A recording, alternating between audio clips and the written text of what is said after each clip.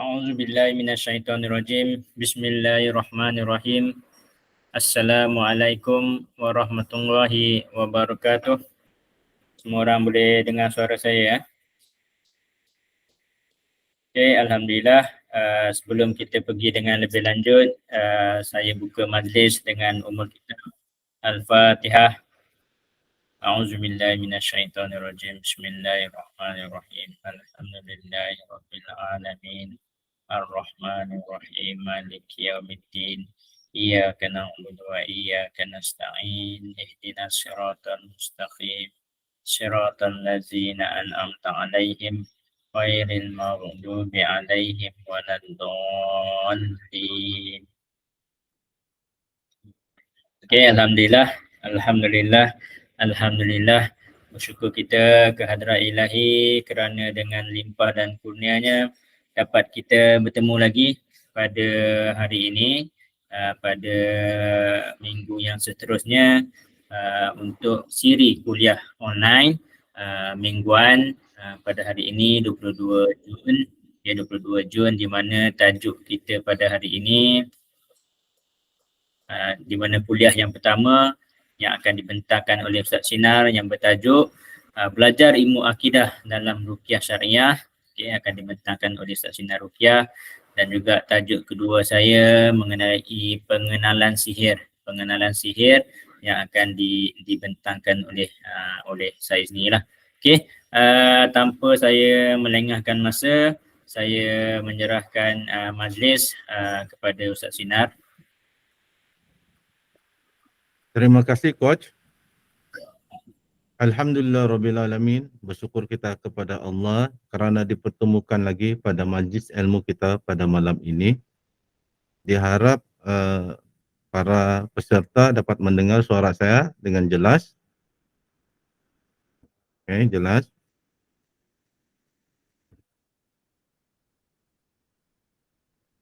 Alhamdulillah, recording on dan kedengaran jelas. Alhamdulillah. Sebahagian daripada sumbangan tuan-tuan, puan-puan ada, saya gunakan untuk membeli contohnya mikrofon yang agak mahal tapi dapat menangkap suara dengan jelas. Sekarang kita akan teruskan pada malam ini tentang kepentingan belajar ilmu akidah yang sebenarnya berkait rapat dengan ilmu ruqyah syariah. Saya akan buka slide.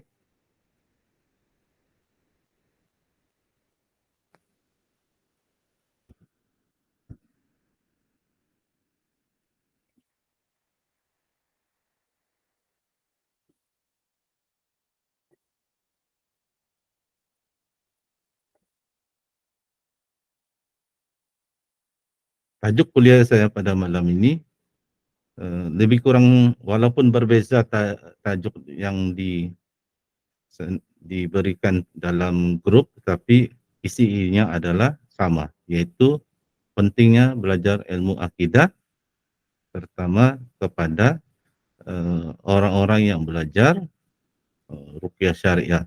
Sebenarnya penting kepada semua umat Islam. Apa sekiranya akidah kita rosak, maka kemungkinan kita bukan lagi beragama Islam walaupun kita sangka kita beragama Islam. Contohnya ada orang Islam melakukan syirik. Dia sebenarnya sudah terkeluar, terutama kalau syirik besar, dia sudah terkeluar daripada agama Islam, yang malangnya apabila ia tidak sedari.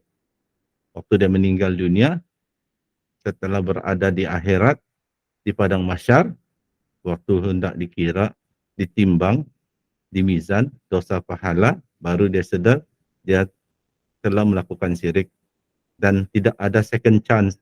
Bukan macam mengambil sijil SPM, peperiksaan SPM, kita gagal, kita boleh ambil lagi tahun depan. Kalau dunia dah hancur, pergi ke alam akhirat, di padang mahsyar, apabila kita ketahui kita melakukan syirik, sedialah untuk dihumbankan ke neraka.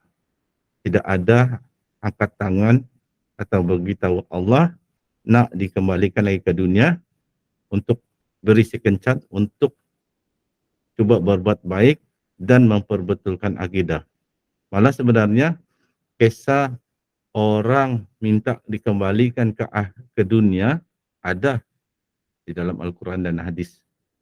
Dan Allah jelaskan tidak akan dikembalikan apabila Allah telah hancurkan dunia zahir, bumi, planet, segala universe kita, Bima Sakti telah hancur. Allah tidak akan buat semula dan kembalikan kita ke dunia. Sebab waktu itu cuma ada dua pilihan, sama ada surga atau neraka. Maka jangan ambil risiko berkenaan akidah. Belajarlah benda yang jelas.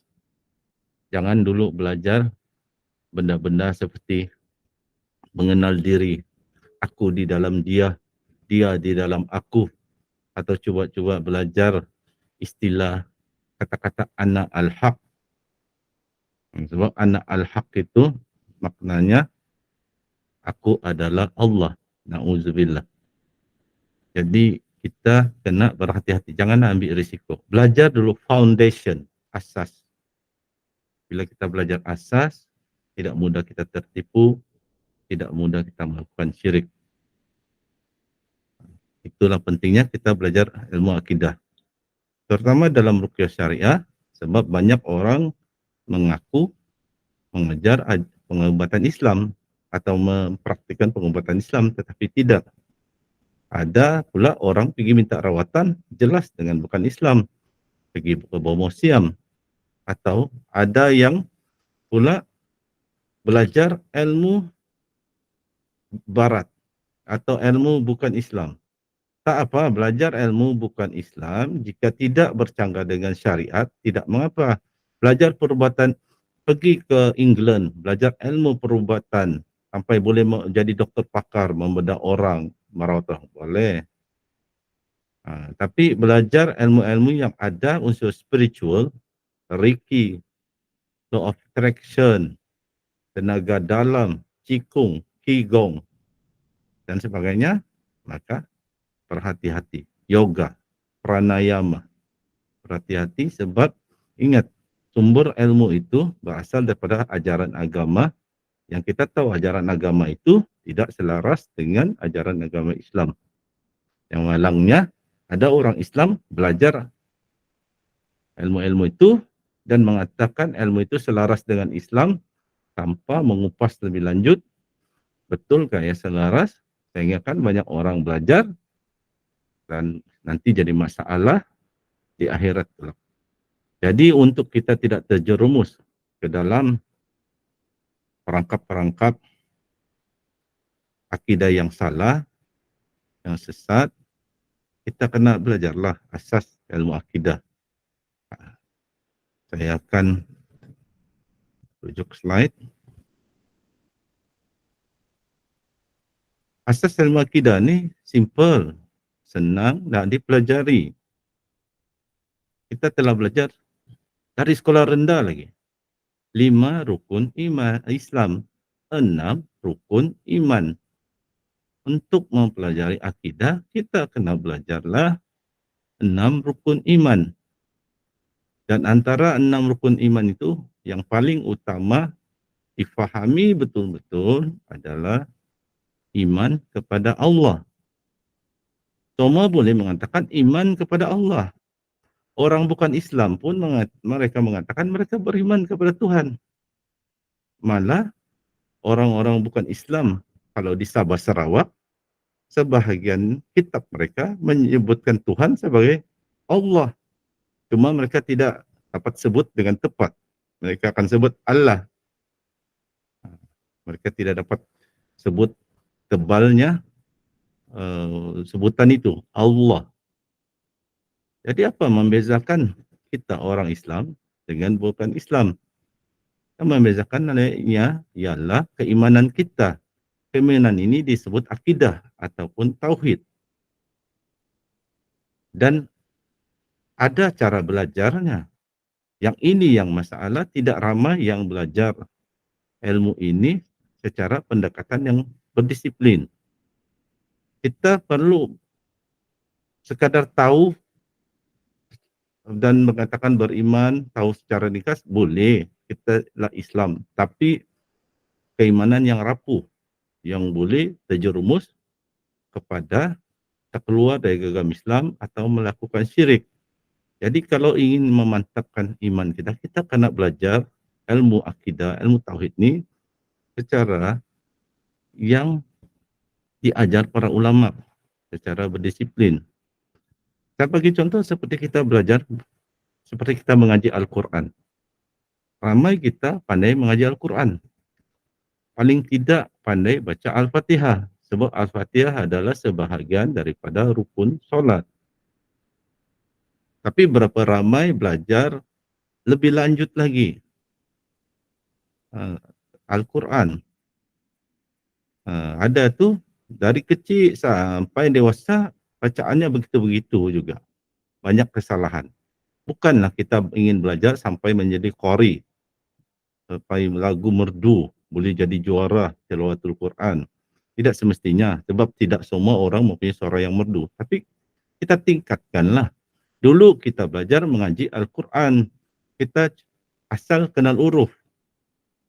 Alif, ba, ta. Atau sekarang sistem Iqra. Kita mengenal huruf, kita baca, baru kita belajar lagi mana yang bacaan panjang, mana bacaan pendek, mana yang dengung. Waktu tu kita pandai, lepas tu kita akan pandai baca secara bertajwid. Walaupun kita tidak faham nama-nama tajwid, tidak tahu. Kita tahu kalau huruf ini berjumpa dengan huruf ini, dia mesti dibaca panjang. Kalau ada tanda panjang di atasnya, mesti dibaca panjang huruf itu. Kalau huruf ini berjumpa dengan huruf ini, mesti didengungkan. Kalau yang ini jumpa ini, tidak didengungkan. Tapi namanya kita tidak tahu. Lepas itu kita meningkatkan lagi ilmu kita belajar nama-nama tajwid tu. Rupanya kalau dibaca panjang tu namanya mad. Mad pula berbagai jenis lagi pecahan. Kita cuma belajar yang asas dulu. Mad panjang. Kalau berdengung tu kita panggil idgham. Idgham ma'al ghunnah. Ada pula yang idgham tidak berdengung. Idgham bila ghunnah. Dan ada dengung-dengungnya tidak terlalu kuat. Dipanggil ikfa. Dan ada yang tidak dengung sekali, dipanggil izar. Jadi kita belajar sedikit demi sedikit. Jadi apabila kita belajar ruqyah, kita tidaklah semestinya bacaan kita merdu. Kebanyakan peruqyah bacaan dia tidaklah merdu, tidaklah terlalu cantik. Tapi kita meningkatkan bacaan kita belajar. Tapi itu sebenarnya perkara kedua. Yang paling penting kepada kita umat Islam adalah akidah. Rosak akidah, apapun yang kita buat, tidak akan ada nilainya di sisi Allah. Kita pandai baca Quran merdu, kita solat 5 waktu yang wajib, solat tahajud, solat sunat, kita puasa, kita bantu orang, kita sedekah derma 1 juta, sebab kita ni jutawan, 1 juta derma kepada badan kebajikan, tetap tidak akan diterima Allah sebagai amal ibadah. Tidak ada pahala, tetap kita masuk neraka kalau akidah kita salah. Itu beza dia orang yang Islam beriman sama orang yang bukan Islam. Orang bukan Islam pun kata mereka beriman. Orang bukan Islam pun mengatakan mereka percaya Tuhan. Jadi apa membezakan dia mereka dengan kita? Yaitu akidah Islam ni ada ciri-cirinya. Itulah yang kita akan pelajari. Dan cara mempelajari macamlah orang mempelajari Al-Quran. Zaman Nabi tidak ada istilah ilmu tajwid, tapi mereka membaca Al-Quran secara bertajwid. Betul panjang pendeknya, dengungnya, jelasnya bacaan. Hanya selepas mereka barulah disusun silibus cara bacaan itu yang betul dan dinamakan ilmu tajwid. Begitu juga akidah. Zaman Nabi tidak ada istilah-istilah seperti yang kita sebut sekarang. Tetapi akidah yang terbaik, pemahaman tentang Islam yang terbaik adalah zaman Nabi dan zaman sahabat. Cuma selepas itu, bila Islam berkembang sehingga ke Iraq, waktu itu dipanggil Basra, Kufah, waktu itu bercampur dengan saudagar-saudagar dari negara lain yang bukan orang Arab. Maka disusunlah silibus cara macam mana belajar akidah, belajar hadis, belajar baca Quran. Jadi dalam mempelajari akidah ini ada dua pendekatan dia.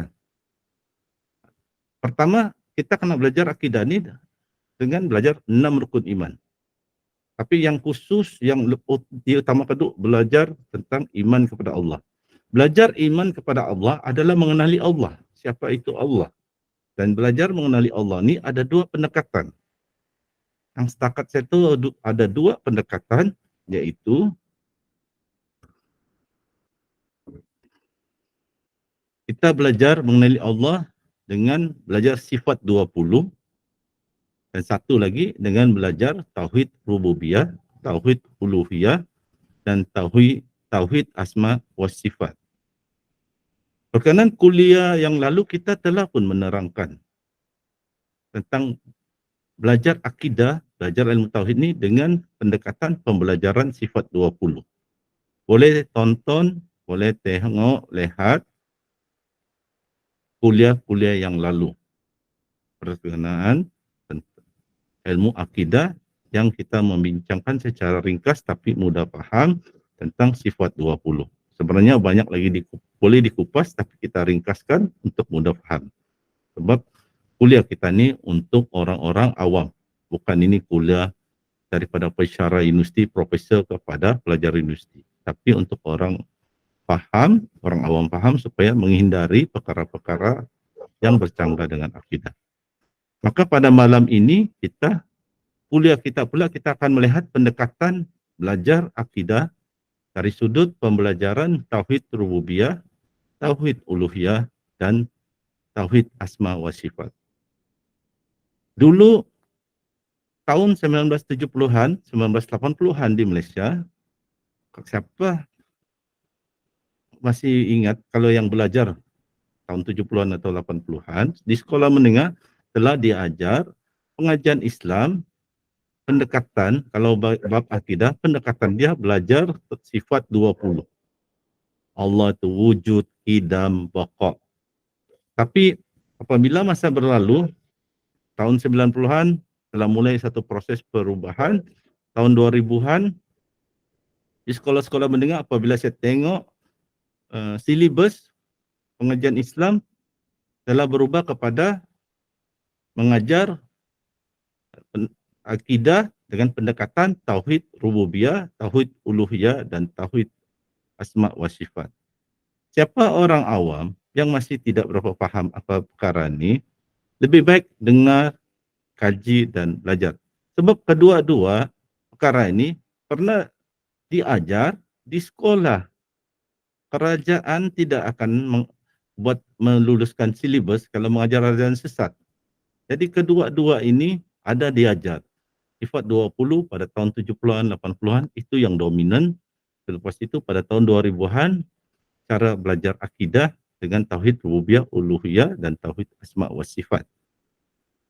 Jangan terpengaruh dengan pihak-pihak yang ada sekarang yang mereka ini bergaduh.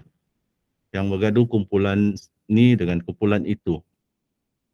Kalau asas kita kuat, kita ni seorang lulusan Al-Azhar, bolehlah ikut serta dalam polemik perdebatan mereka. Tapi kalau tidak, jangan bingung, belajarlah dua-dua perkara ni, lepas itu atau dua-dua ilmu ini, dua-dua pendekatan ini, lepas itu buatlah keputusan mana yang ingin diikuti. Ingin belajar akidah dengan cara belajar sifat 20 atau ingin belajar akidah dengan pendekatan belajar tauhid rububiyah, tauhid uluhiyah, dan tauhid asma wa sifat. Yang penting jangan langsung tak belajar ilmu akidah. Yang ada bergaduh-bergaduh itu yang satu pihak mentertawakan orang belajar sifat 20, mereka mengatakan kesian juga menghadkan sifat Allah hanya 20 sifat. Lepas itu yang golongan satu lagi mengkritik, mengatakan belajar tauhid rububiyah, tauhid uluhiyah, tauhid asma wa sifat ini tidak betul. Itu sama macam belajar Holy Trinity dalam agama lain.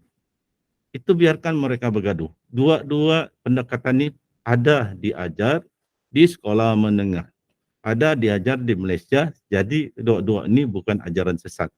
Tinggal saja buatlah keputusan. Sudah belajar, pilihlah mana yang lebih mudah untuk dipahami. Jadi pada malam ini, kita jangan mengkritik, kita belajar memahami. Dahulu saya sudah menyampaikan tentang sifat 20, kali ini belajar akidah, saya akan terangkan pembelajaran akidah dari sudut pendekatan tauhid rububiyah, tauhid uluhiyah, tauhid asma wa sifat. Seterusnya, kita akan melihat kepada apakah itu tauhid rububiyah. Dalam kita belajar akidah melalui tauhid rububiyah, tauhid uluhiyah dan tauhid asma wa sifat, kita diajar oleh ulama, kita perlu ada ketiga-tiga tauhid ini. Ketiga-tiga keimanan ini baru sempurna iman kita sebagai orang Islam. Sekiranya salah satu tauhid ini tidak ada pada kita, tidak ada pada jiwa kita, tidak pada hati kita, pada iktikad kita, maka keimanan kita sebagai orang Islam tidak lengkap, ada cacatnya, tidak sempurna. Jadi kalau ingin keimanan yang lengkap, yang sempurna, perlu ada ketiga-tiga tauhid ini, keimanan ini. Tidak boleh hanya ada satu, atau hanya dua.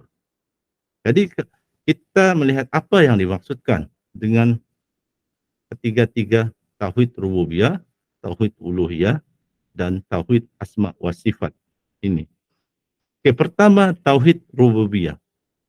Saya ringkaskan penerangan untuk kita mudah paham. Oke, mula-mula kita tengok apakah maksud, apakah definisi tauhid rububiyah ini seperti yang selalu diceritakan, seperti yang ada di dalam buku. Yaitu tauhid rububiyah bermaksud beriman serta berkeyakinan penuh bahawa Allah sahaja yang memiliki, mencipta, mentadbir seluruh alam dan makhluk. Kalau saya sebutkan begini sahaja, masih orang yang tidak faham. Kecuali orang yang memang belajar di sekolah pondok, di universiti, atau mendalami ilmu tauhid ini, mungkin mereka akan paham apa maksud kata-kata itu. Bagi orang awam, dia tidak akan paham. Apa benda itu? Apalah maksud beriman serta berkeyakinan penuh bahawa Allah sahaja yang memiliki, mencipta, mentadbir seluruh alam dan makhluk. Saya Islam, saya beriman dengan Allah. Jadi saya termasuklah orang yang ada tauhid rububiyah. Ramai akan berfikir, yang orang awam akan berfikiran ringkas, straightforward, mengatakan mereka sudah beriman. Masalah dia, betulkah beriman dan faham? Kalau betul beriman dan faham, kenapa masih jumpa dukun? Kenapa masih ikut nasihat dukun, melakukan upacara-upacara, ritual-ritual tertentu yang ada unsur-unsur syirik? Kalau betul faham dah, kalau betul-betul faham dah tauhid rububiyah, faham dah ilmu akidah, ilmu tauhid, kenapa masih melakukan syirik? Kenapa masih nak belajar ilmu-ilmu kesaktian yang dibalut, dipalsukan dengan kononnya ilmu tasawuf, ilmu mengenal diri, sebenarnya ilmu kesaktian yang syirik. Jadi itu yang perlu ditanya kepada diri sendiri. Jadi saya akan terangkan dalam bahasa yang mudah paham, apakah itu tauhid rububiyah. Dalam bahasa yang mudah paham begini. Apabila seseorang tidak percaya wujudnya Tuhan, maka orang itu tidak ada tauhid rububiyah. Dia langsung tidak percaya Tuhan. Dia kata dunia ini terjadi sendiri daripada sains mengatakan berlakunya Big Bang, suatu letupan besar. Jadi banyak serpian-serpian berpusing di alam maya sehingga terbentuklah jadi bulat, jadi planet, jadi matahari. Manusia pula macam mana terbentuk. Pokok, kalau batu, bukit, gunung mungkin daripada batu tu terukir, terhakis. Tapi manusia macam mana tiba-tiba muncul. Dan adalah kalau orang guna sains semata-mata adalah cara mereka huraikan, tapi sebenarnya sains dia tidak dapat menjawab semua perkara. Nampak macam sains tu hebat. Memang kita akui sains tu hebat. Dia adalah ilmu yang tepat. 1+1 sama juga dengan 2. Dia tidak 3, dia tidak 10. Dia tepat. Tapi sains tidak dapat menjawab semua persoalan di dunia ini. Sehingga sekarang belum ada lagi orang dapat buat uji kaji untuk membuktikan malaikat dan jin itu betul melalui uji kaji sains di makmal. Belum ada. Itu pasal ada sebagian ahli saintis etis tidak mempercayainya Tuhan sebab dia tidak nampak Tuhan. Dia cuma yakin percaya jika dia nampak. Tapi kadang-kadang manusia lupa udara, angin tersentuh di pipi kita wujud, tapi kita tidak nampak. Jadi tauhid rububiyah ini sesiapa, untuk mudah paham, sesiapa yang tidak percaya wujudnya Tuhan, maka ia tidak ada tauhid rububiyah. Bagaimana pula orang percaya wujudnya Tuhan? Sekiranya orang percaya wujudnya Tuhan, wujudnya Allah, wujudnya suatu zat yang maha besar, yang maha agung, maka adakah ia sudah ada tauhid rububiyah? Belum tentu lagi. Kalau dia percaya wujudnya Tuhan, okey, dia telah hampir boleh kita katakan asas untuk tauhid rububiyah. Tapi tidak berhenti di situ. Ia mesti percaya wujudnya Tuhan. Dalam Islam kita sebut namanya Allah. Wujudnya Allah, dan Allah ini maha kuat, maha agung, maha berkuasa. Allah lah yang menciptakan seluruh alam ini. Bumi ini, planet, matahari, Bima Sakti, universe, manusia, binatang, kucing, pokok, dan sebagainya. Semua alam, semua makhluk dicipta oleh Allah. Allah lah satu-satunya yang mencipta semua di dunia ini. Yang lain semua adalah makhluk, pencipta atau khalik hanya ada satu, yaitu Allah. Dan Allah berkuasa mentadbir seluruh alam dan makhluk. Allah tidak jadikan malaikat. Kalau Allah berkehendak tidak ingin jadikan malaikat, Allah masih boleh tadbirkan bumi, langit, syurga, neraka. Allah boleh tadbir sendirian, tidak memerlukan bantuan malaikat. Kalau Allah berkehendak dia tidak ingin jadikan malaikat, dia tidak jadikan malaikat Malik, malaikat Israfil, Israel, malaikat Jibril. Kalau Allah berkehendak tidak ingin jadikan mereka dan Allah ingin mentadbir seluruh alam ini dia sendiri, dia boleh. Sebab dia maha kuat, maha agung. Allah tidak lemah. Bacalah ayat kursi. Ayat kursi itu menerangkan sifat Allah yang amat kuat, amat agung. Allah tidak pernah tidur.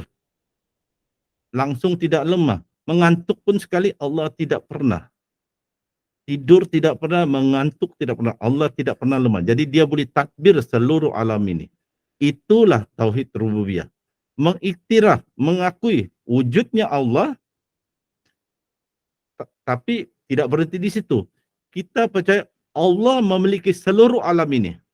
Manusia, jin, bumi, matahari, tidak ada yang bukan milik Allah. Semua milik Allah sebab dia yang ciptakan semua. Dan Allah ini boleh mentadbir seluruh alam ni dia sendiri tanpa perlukan bantuan. Itulah tauhid rububiyah.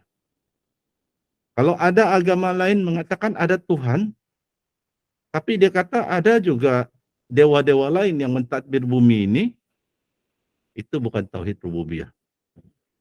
Itulah kita orang Islam majoriti agak ada isu kontroversi sikit, agak risau yang dikatakan ada wali yang mentadbir alam ini. dinamakan wali kutub, wali ghaus, dan macam-macam wali. Mentadbir. Sebab majoriti ulama mengatakan yang mentadbir seluruh alam ini hanya Allah. Allah tidak delegate kuasa dia kepada makhluk lain. Yang ada Allah ciptakan malaikat untuk dengan tugas masing-masing. Ada malaikat jaga neraka, ada malaikat jaga manusia, ada malaikat jaga alam ini. Jangan ada planet-planet melanggar. Jangan ada tai bintang, meteoroid yang besar langgar bumi jadi nanti hancur. Kalaupun ada pelanggaran mungkin nantilah waktu kiamat. Tidak ada Allah delegate kasih makhluk lain yang mempunyai kuasa sama dengan kuasanya. Jadi inilah tauhid rububiyah. Percaya wujudnya Allah dan percaya Allah lah satu-satunya maha kuasa, maha hebat, memiliki seluruh alam ni, yang mencipta seluruh alam ni dan mentadbir alam ni. Dia ada kuasa mentadbir alam ni. Dan ada ayat-ayat Quran, hadis Nabi, tapi tidak disebutkan di sini sebab saya ingin ringkaskan, beri kefahaman dulu. Tapi paling ringkas pun kalau kita nak tengok ayat Quran ada dalam surah Al-Fatihah. Alhamdulillahi Rabbil Alamin. Rabb. Dari sanalah wujudnya istilah tauhid rububiyah. Rububiyah ni daripada perkataan Rabb. Tuhan sekalian alam. Hari-hari kita baca surah Al-Fatihah. Tapi adakah kita faham makna di sebalik surah Al-Fatihah? Segala puji bagi Allah, Tuhan, Rabb sekalian alam. Yang mempunyai kuasa. Jin paling kuat pun, jin ifrit kah atau iblis, kalau Allah kata kun fayakun, sakitlah jin itu.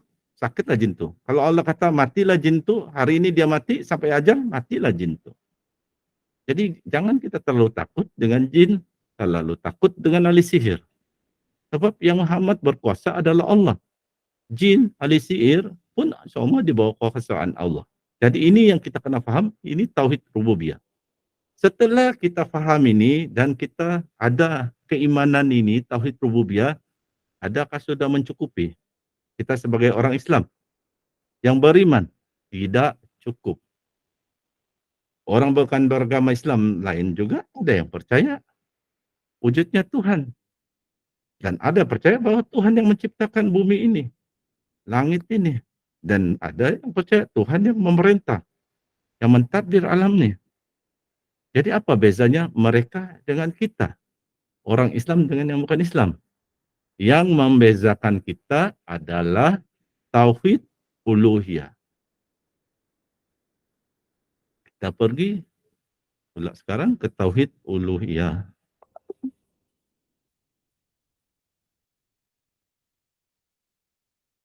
Ini yang membezakan kita orang Islam dengan bukan Islam. Kita ada tauhid uluhiyah yang orang bukan Islam yang mempercayai Tuhan tidak ada tauhid uluhiyah. Itu sebabnya kita tidak bersetuju, malah menentang orang yang mengatakan semua agama sama. Agama bukan Islam pun sama. Kita orang Islam percaya Tuhan, mereka pun percaya Tuhan. Kita percaya Tuhan itu maha kuasa, mereka juga percaya Tuhan maha berkuasa. Kita sebut Tuhan itu Allah, mereka juga ingin sebut Tuhan itu Allah, tapi lidah mereka tidak dapat sebut dengan tepat, mereka sebut Allah. Jadi apa beza dia? Jadi kita orang Islam masuk surga, yang bukan Islam pun masuk surga. Sebab mereka pun percaya Tuhan, percaya Allah. Tidak. Sebab satu yang mereka tidak ada tauhid uluhiyah. Ini yang kita kena faham. Tauhid uluhiyah ini bermaksud ada 3 huraiannya. Pertama, beriman dan berkeyakinan bahwa Allah sahaja Tuhan yang sebenar-benarnya layak disembah, berserah diri, ditaati, dan menumpukan segala bentuk ibadah. Terusnya, mengesahkan Allah dalam ibadah dan ketaatan untuk mendapatkan keredaan Allah. Seterusnya, mengesahkan Allah dalam perbuatan dengan melaksanakan segala perintah Allah serta meninggalkan segala larangannya. Kalau kita baca sejak ini dan berhenti setakat itu, masih ramai yang tidak faham. Kecuali seperti saya katakan, orang yang memang ada belajar ilmu tauhid ini di sekolah pondok, di sekolah dia belajar bersungguh-sungguh, waktu sekolah menengah ataupun di universiti. Kalau orang awam, kalau kita baca saya ini, mungkin masih tidak paham. Dia mungkin boleh baca, lepas itu kita suruh, kita minta dia huraikan, mungkin dia tidak dapat huraikan dengan tepat. Jadi malam ini saya akan terangkan bagaimana memahami tauhid uluhiyah dengan bahasa yang mudah faham, tidak terlampau membincangkan secara mendalam, dalil sana dalil sini, hadis, itu bolehlah baca di buku nanti, yang penting faham dulu. Yang dimaksudkan tauhid uluhiyah ini, ia juga dinamakan tauhid uluhiyah ini juga dinamakan tauhid ibadah. Kalau ada orang sebut tauhid ibadah, sama makna lah itu dengan tauhid uluhiyah. Ini membezakan kita dengan orang Islam. Bagaimana membezakan? Begini, kita tadi tauhid rububiyah, kita mengakui wujudnya Allah. Kita mengakui Allah itu maha kuat, maha agung, maha bijaksana, tidak pernah penat, tidak pernah tertidur, tidak pernah mengantuk. Sifat-sifatnya banyak disebut di dalam Al-Quran, antaranya di dalam ayat kursi. Kita percaya tuh. Dan ada orang bukan Islam juga percaya tuh. Tapi tidak berhenti di setakat itu bagi orang Islam. Kita juga bila beriman kepada Allah, kita mesti ikut cara ibadah yang diperintahkan oleh Allah. Dikira bila Allah perintahkan cara ibadah, cara sembahyang kepadanya adalah dengan melakukan solat fardu 5 waktu. Ingin tambah lagi boleh, solat sunat, solat hajat, solat sunat tahajud, boleh. Dan pada bulan Ramadan wajib kita berpuasa. Dan apabila kita ada kemampuan, kita wajib mengerjakan haji. Itu diperintahkan oleh Allah. Jadi kalau kita beriman kepada Allah, kita mesti ikut perintah Allah dan kita mesti meninggalkan larangan Allah. Kalau Allah mengatakan ibadah kepada Allah adalah dengan cara solat, ada takbirnya, ada ruku'nya, ada sujudnya.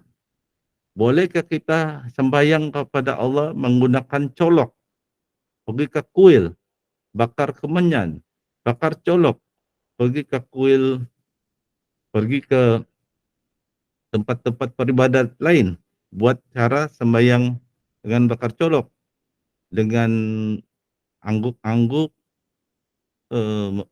di depan patung besar seperti di rumah peribadatan lain. Tidak boleh. Kalau ingin beriman kepada Allah, mesti ikut ibadah yang telah ditetapkan oleh Allah dan mesti meninggalkan larangan yang ditetapkan oleh Allah. Sekiranya kita tidak ikut apa yang Allah perintahkan, atau kita buat apa yang Allah larang, kita tidak ada tauhid uluhiyah, atau tauhid uluhiyah kita tidak sempurna. Macam orang yang bukan Islam, dia kata dia sembahyang, tapi adakah dia sembahyang seperti orang Islam solat yang hanya diiktiraf oleh Allah? Allah hanya iktiraf cara sembahyang yang seperti dalam Islam. Lima waktu sehari yang wajib. Ada rukuknya, ada sujudnya. Kalau agama lain ada sujud. Kita pernah nampak kan ada sujud di depan patung besar. Tapi mereka tidak ada ruku. Dan mereka tidak baca Al-Fatihah. Jadi mereka tidak ada tauhid uluhiyah sebab mesti ikut yang diarahkan oleh Allah. Dan kalaulah ada persoalan, mana satu arahan Allah yang betul? Simpel saja kan, Al-Quran dan hadis. Itulah ulama selalu tekankan, Al-Quran dan hadis. Bukan kitab Veda, bukan kitab Tao Te Ching, bukan kitab Mahabharata. Nak tahu apa yang diajar, apa yang diperintahkan, apa yang dilarang oleh Allah, bacalah Al-Quran, bacalah hadis Nabi. Sebab di sanalah perintah Allah yang sebenarnya, dalam Al-Quran dan hadis-hadis Nabi. Bukan baca kitab-kitab ilmu tenaga dalam dan sebagainya. Ilmu law of attraction.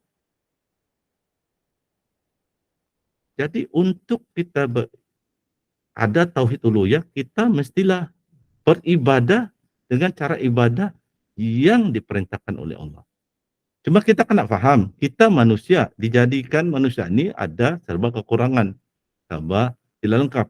Kadang-kala ada kita tidak terikut perintah-perintah Allah, tapi kita sedar itu perintah, cuma kita tidak terikut.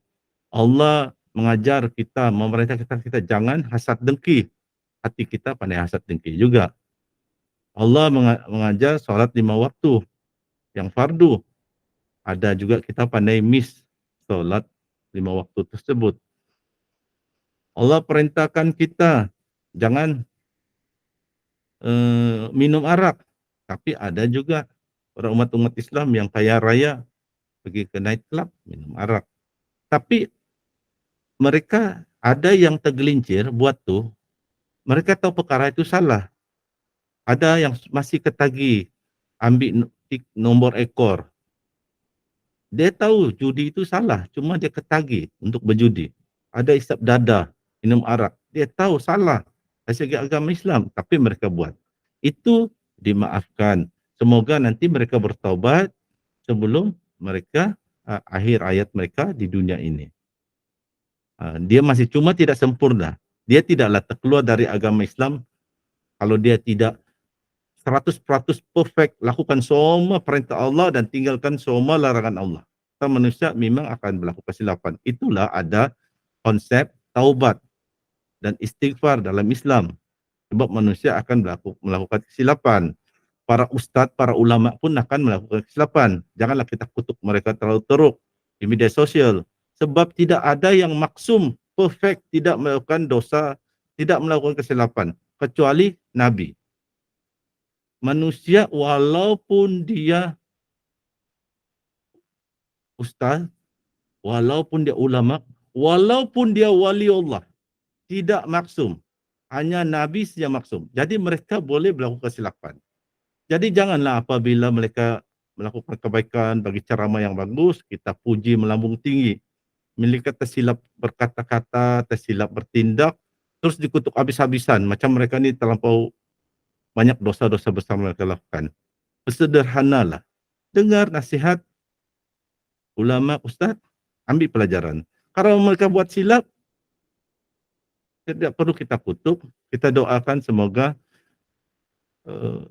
ustaz itu, ulama itu istiqamah, semoga dia sedar di mana kesilapan dia, semoga Allah bimbing dia untuk dia sedar dan dia teruskan bagi berdakwah ajaran yang tepat. Sebab mereka silap, bukan mereka ajar benda yang salah, yang sesat. Ini ulama yang buat kesilapan kita kutuk. Tapi orang ajar-ajaran sesat kita puja-puja pula. Kita ikut. Sedangkan banyak kata-kata dia bercanggah dengan ajaran agama Islam. Jadi kalaulah buat begitu, macam mana kita boleh katakan kita dah faham tentang ilmu akidah ni? Benda basic, benda foundation pun kita tidak faham. Jadi begitu, tauhid uluhiyah adalah kita sudah kita percaya bahawa Allah ni wujud, kita percaya Allah ni maha berkuasa, Allah yang menciptakan seluruh alam dan makhluk, maka kita juga percaya bahwa cara beribadah, cara menyembah Allah, cara memperhambakan diri kepada Allah, mestilah ikut apa yang Allah, cara yang diajar oleh Allah, yaitu melalui Al-Quran dan hadis. Tidak boleh guna cara lain. Tidak boleh baca buku Law of Attraction, cuba dibawa masuk Law of Attraction dalam ajaran Islam. Kononnya ada dalam Al-Quran.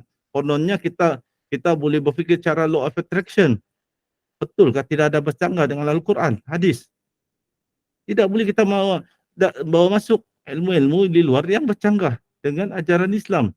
Kalau Islam mengatakan azimat itu, sebab ada hadis, azimat itu haram, okey, ditukarlah daripada azimat, haram, bungkusan kain hitam, kain kuning, ditukar batu pula, batu permata, dijadikan macam azimat tapi ditukar nama. Ini gelang-gelang aura, gelang apa, ditukar sejak nama canggih, sebenarnya konsep dia, intipati dia sama juga macam azimat, sedangkan telah dilarang. Dia kata telah dilarang, kalau orang sahabat cakap, hati-hatilah. Tanya diri sendiri, tepuk dada, tanya diri sendiri, adakah kita punya iman, tauhid uluhiyah kita terjejas atau tidak? Kalau terjejas, tinggalkanlah. Jangan ambil risiko berkenaan akidah ni. Kalau ragu-ragu, tinggalkan.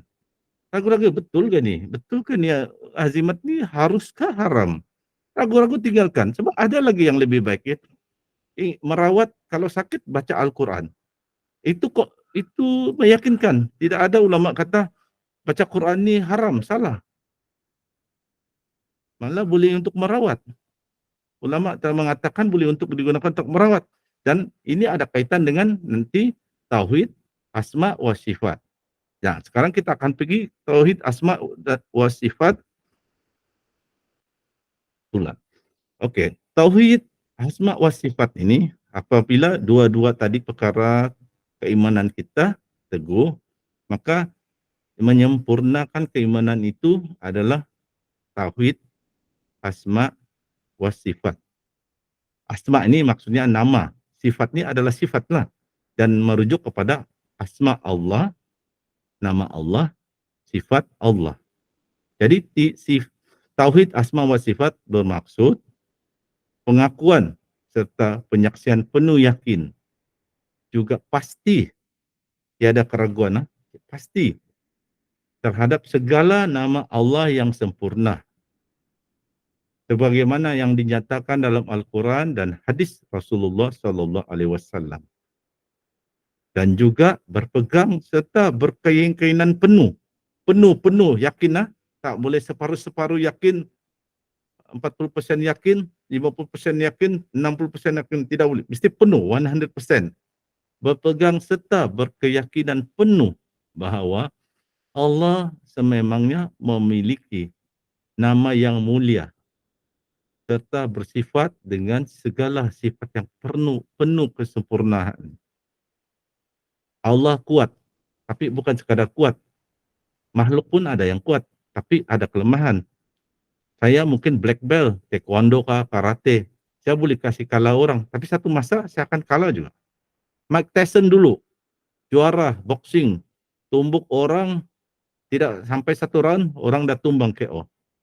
Waktu tu orang heran, orang kagum, dia kuat dan orang macam rasa tidak ada yang orang boleh kalahkan Mike Tyson. Tapi akhirnya Mike Tyson kalah juga. Kekuatan manusia, makhluk ada kelemahannya. Kekuatan Allah tidak ada kelemahan. Itulah setiap sifat Allah ni kita akan sebut maha. Maha kuat, maha agung, maha bijaksana. Sebab tidak ada yang lebih bijaksana kecuali Allah. Tidak ada yang melebihi kebijaksanaan Allah. Tidak ada yang melebihi kekuatan Allah. Allah lah yang maha kuat. Tidak ada lagi yang lebih kuat daripada Allah. Allah lah maha bijaksana. Tidak ada orang yang lebih bijaksana dari Allah. Bijak-bijak kita pun ada juga kebodohan kita. Ada juga kesilapan kita. Allah maha bijak, tidak pernah melakukan kesilapan. Allah maha kuat, maha agung. Itulah sifat-sifat kesempurnaan Allah. Dan kalau kita kaitkan dengan sifat 20, kita belajar ada 20 sifat wajib bagi Allah. Dan 20 sifat ini digabungkan, tidak ada siapa-siapa mempunyai 20 sifat yang sempurna ini, yang semua ada. Allah Maha Hidup, Allah wujud, Allah wujud, qidam, baqa.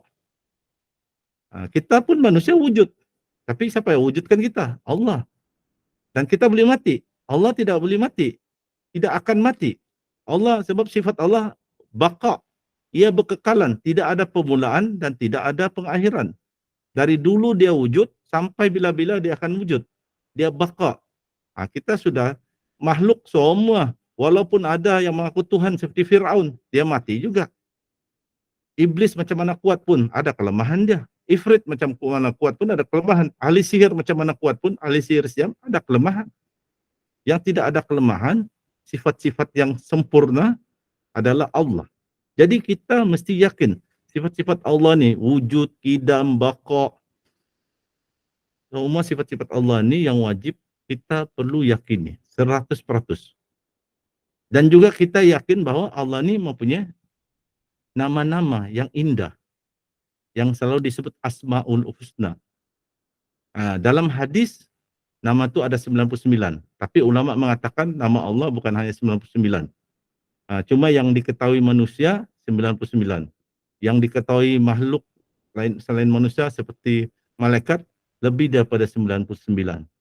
Dan Asmaul Husna ini selalu dinyanyikan sebagai nasyid budak-budak dahulu di sekolah-sekolah agama, di sekolah-sekolah rendah, untuk senang dihafal, yang disebut nas'aluka ya man huwallahu alladzi la ilaha illa huwa rahmanur rahim al-malikul qudusus salam, dan seterusnya.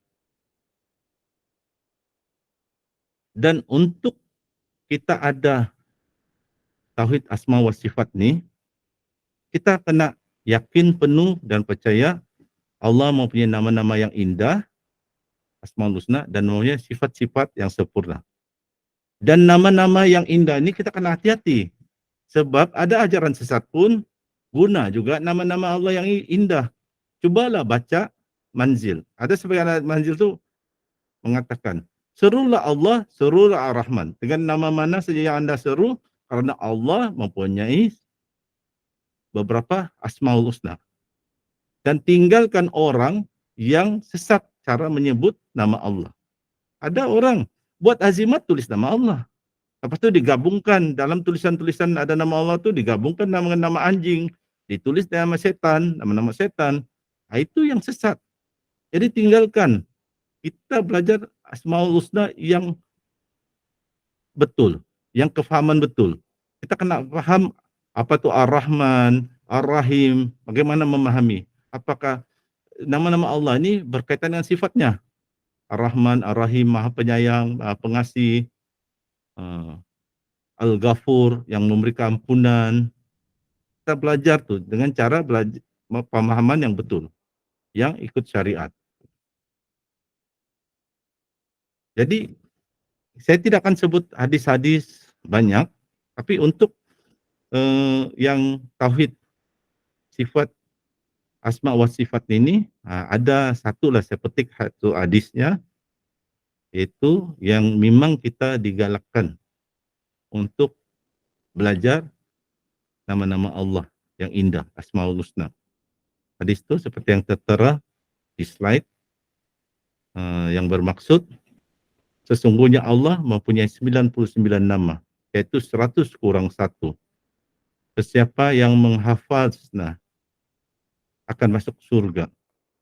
Hadis ini hadis sahih riwayat Bukhari dan juga diriwayatkan oleh ulama-ulama hadis yang lain. Cuma kita kena paham di dalam hadis ini disebut perkataan as-soha. As-soha ni kalau makna biasa dia maksudnya menghitung atau menghafal atau menghafaz. Namun ulama terangkan as-soha ni bukan semata-mata itu, menghitung atau menghafal.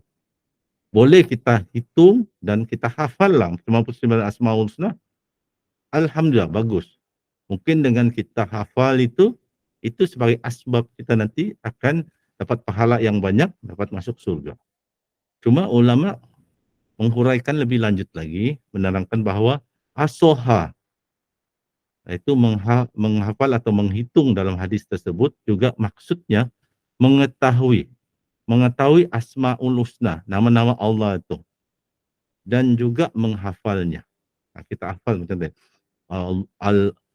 Allah, Ar-Rahman, Ar-Rahim, Al-Malik, Al-Quddus, As-Salam. Dan kita faham. Bukan sekadar kita menghafal, tapi kita faham. Apa maksud Ar-Rahman? Apa maksud Ar-Rahim? Apa beza keduanya? Sebab kalau diterjemahkan kepada bahasa Malaysia lebih kurang sama. Yang Maha Pengasih, Maha Penyayang. Apa sebenarnya beza? Dan cara nak memahami maksudnya mestilah cara yang diajar ulama. Jangan yang diajar oleh ajaran sesat. Nanti kita tersesat. Dan juga kita mesti beriman dengan nama-nama Allah tu. Kita tidak boleh beriman siap dengan Allah Maha Kuat. Kita beriman dengan, tapi kita tidak beriman dengan nama Allah yang Maha Bijaksana, Al-Hakim, Al-Hakam, Maha Bijaksana, penuh dengan hikmah.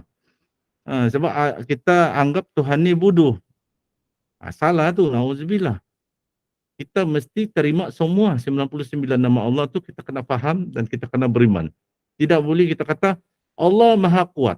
Dia boleh cipta batu sebesar-besar batu, dia maha bijaksana, dia maha kuat, maha perkasa, maha agung. Dia boleh cipta sebesar-besar batu, sehingga itu batu yang besar sekali dia cipta, dia sendiri tidak boleh angkat. Itu salah pemahaman tu. Dia boleh cipta sebesar-besar batu, tapi macam mana pun besar batu atau besar planet tu, tetap Allah boleh angkat. Sebab Allah sifatnya bukan satu, maha kuat, dia juga maha bijaksana. Allah tidak bodoh mencipta batu sehingga dia tidak boleh angkat. Kita kena lihat semua sifat-sifat Allah. Tidak boleh lihat satu, percaya dengan satu, tapi sifat Allah yang lain kita tidak percaya pula. Kadang-kala kita kata kita percaya, tapi tindakan kita, perbuatan kita macam kita tidak percaya. Kita percaya Allah memberi rezeki, tapi kita pergi juga jumpa dukun, minta azimat untuk murah rezeki. Kita percaya Allah yang menyembuhkan kita, tapi kita pergi juga jumpa bomoh siam, minta rawat bomoh siam. Kita katakan Allah maha menyembuhkan. Kita kata Allah yang akan mempertemukan, Allah jodoh itu di tangan Allah. Allah yang mempertemukan jodoh kita.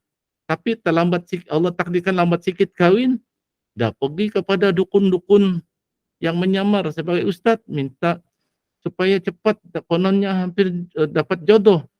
Rupa-rupanya kena cabul, kena rogol oleh si bomoh. Jadi itu yang kita kena fahami makna Asmaul Husna.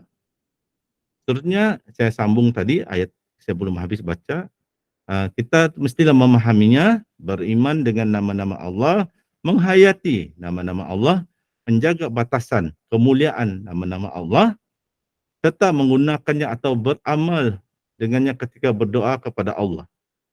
Saya ingat inilah yang topik yang terakhir ni, saya ada huraikan lagi tambahan sedikit berkenaan yang penghujung itu, yaitu antara cara kita beriman kepada asma wa sifat,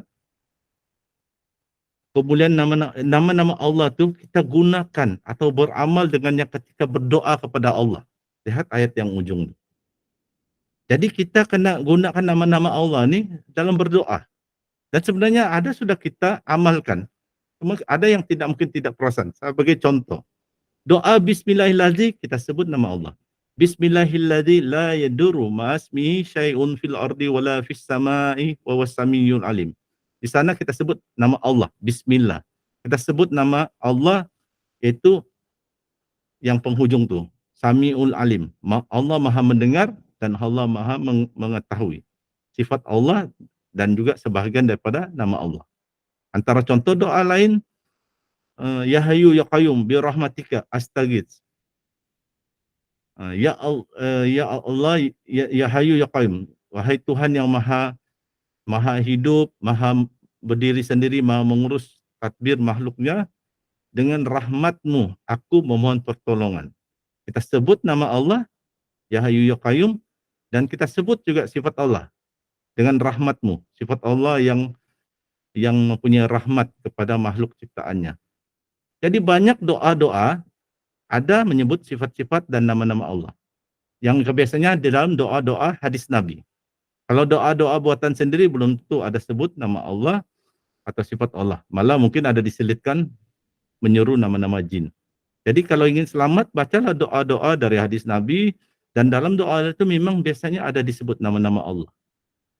Jadi apabila kita amalkan doa-doa dalam Al-Quran atau hadis Nabi, ada sebut nama Allah, maka kita telah masuk ke dalam kategori beriman kepada Allah melalui tauhid asma wa sifat. Jadi saya ringkaskan saja untuk malam ini sebagai membuka minda. Lepas tu siapa yang berminat, yang tidak pernah lagi belajar perkara ni, topik ini, maka belilah buku, bacalah buku, ikutilah kuliah-kuliah tentang tauhid rububiyah, tauhid uluhiyah, dan tauhid asma wa sifat. Sekiranya tidak suka cara pendekatan, cara belajar begini, maka belajarlah mengenali Allah dengan belajar sifat 20. Kalau kita belajar lagi sifat Nabi, sifat-sifat Nabi ada yang wajib, ada yang sifat mustahil dan sifat harus, maka sebahagian ulama menyebutkan sebagai tauhid 50. Tauhid 50 itu sebab dia belajar juga tentang sifat-sifat Nabi. Jadi setakat ini sahaja saya sampaikan kesimpulannya. Penting belajar ilmu akidah. Dengan mengetahui dan memahami ilmu akidah, kita dapat menghindari daripada melakukan kesyirikan. Antara rujukan saya adalah buku yang bertajuk Perbahasan Mutiara Iman, tulisan Dr. Abdul Latif Mudah, seorang lulusan Universiti Melaya dan juga Universiti Al-Bait Jordan, dan Dr. Rosmawati Ali alias Madzin, kalau saya tidak silap istrinya, juga lulusan Universiti Melaya dan Universiti Al-Bait Jordan. Jadi itu saja penyampaian saya untuk kuliah pertama ini. Saya akan tutup slide.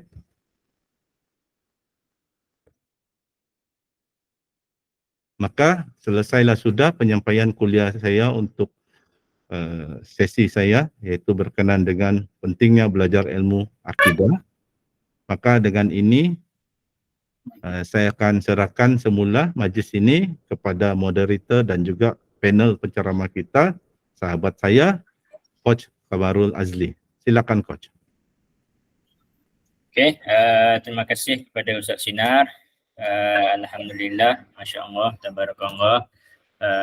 Topik yang Ustaz Sinar memperjelaskan pada hari ini, dia lebih kepada bab tauhid, okey, bab kita, hubungan kita dengan Allah, okey, bab keyakinan kita dengan Allah, ya.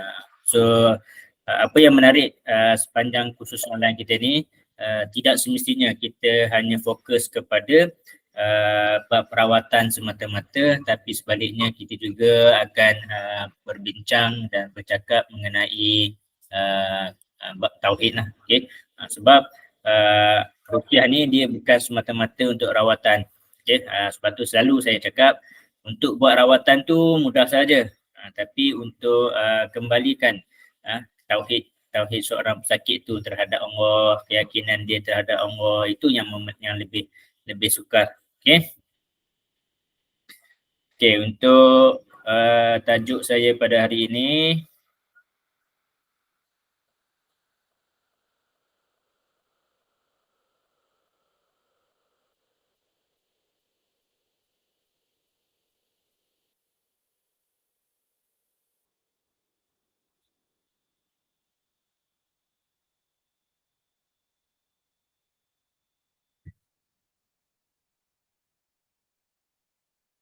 okey,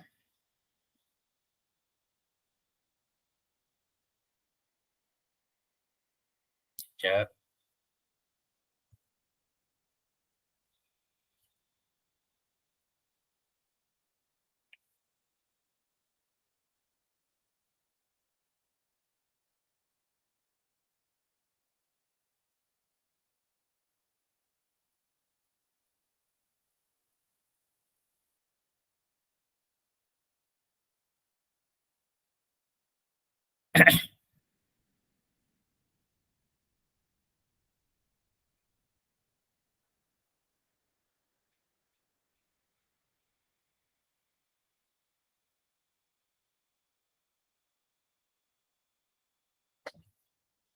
Okey boleh nampak semua slide saya.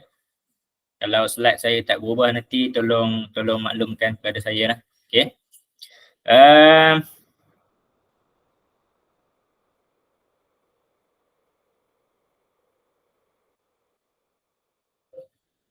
Okey, yang pertama sekali kita perlu fahami dahulu apakah yang dimaksudkan dengan sihir. Okey, apa itu sihir? Sihir dari segi bahasa bermaksud memalingkan sesuatu dari hakikat kebenaran dia kepada benda yang selainnya. Okey, daripada kamus Muhaiz, mengeluarkan sesuatu dalam bentuk penampilannya yang terbalik sehingga sesuatu itu mempersona dan mengkagumkan yang melihatnya. Ataupun ini adalah tafsir yang paling mudah untuk kita faham, iaitu tafsir daripada Ibnu Qudamah Al-Makhdisi menerangkan bahawa sihir ini adalah ikatan jampi dan perkataan yang diucapkan atau ditulis sesuatu yang mendatangkan kesan dan akibat terhadap tubuh orang yang disihir atau terhadap hati dan akal tanpa menyentuhnya secara langsung. Okey, saya ulang. Ini adalah definisi yang paling mudah untuk kita faham. Sihir ini merupakan satu ikatan jampi dan perkataan yang diucapkan atau ditulis sesuatu yang mendatangkan kesan dan akibat terhadap tubuh orang yang disihir, terhadap hati dan akal tanpa menyentuhnya secara langsung. Okey. Itu antara definisi sihir. Okey. So kita juga kena faham bahawa sihir ini wujud. Okay, sihir ini memang betul-betul wujud. Ada juga sesengah orang tu dia tak percaya akan sihir. Sedangkan sihir ini disebut di dalam Al-Quran. Okay, di dalam surah Al-Baqarah ayat 102. Okay, di mana sebahagian daripada tafsir itu bermaksud tidak akan masuk syurga penagih arak. Okay, ataupun dalil daripada surah Al-Baqarah tadi ayat 102 boleh rujuk kepada Al-Quran tentang kewujudan sihir yang diturunkan, yang diajarkan oleh malaikat Harut dan Marut. Yang tu boleh kita buka Al-Quran lah, tafsir dia. Ataupun daripada satu hadis yang diriwayatkan oleh Abu Musa Al-Sya'ari radhiyallahu anhu bahawa Rasulullah SAW bersabda, tidak akan masuk surga penagih arak, juga tidak akan masuk surga orang yang percaya kepada sihir, sebagaimana tidak akan masuk surga orang yang memutuskan silaturahim.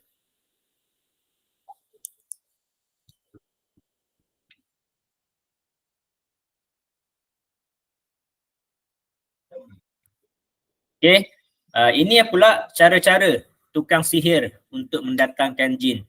So kita kena faham bila kita sebut sihir, biasanya si tukang sihir, si bomoh tadi dia akan menggunakan jin-jin dia sebagai khadam, sebagai sahabat dia, sebagai orang suruhan dia. So untuk dia mendapatkan jin, tukang-tukang sihir ni dia perlu melakukan ritual-ritual ataupun suatu perkara yang boleh mensyirikkan Allah, yang barulah jin tadi, syaitan tadi akan menjadi hamba dia lah.